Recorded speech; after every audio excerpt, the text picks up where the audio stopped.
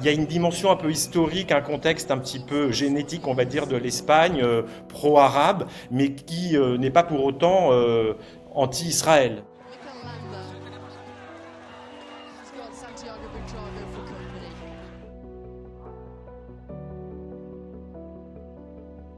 Nuestro reconocimiento y respeto absoluto a los deportistas, pero también nuestra admiración a un pueblo como el español que se moviliza por causas justas, como la de Palestina.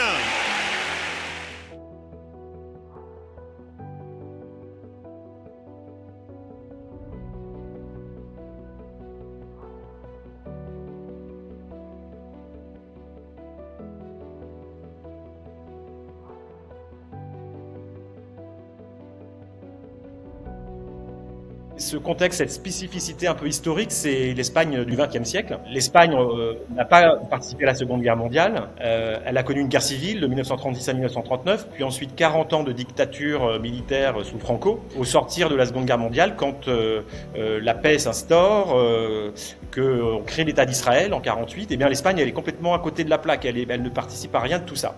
Et donc il y a un gouvernement sous Franco qui essaie par la suite de réapparaître un peu sur la scène internationale, notamment en se rapprochant des pays arabes.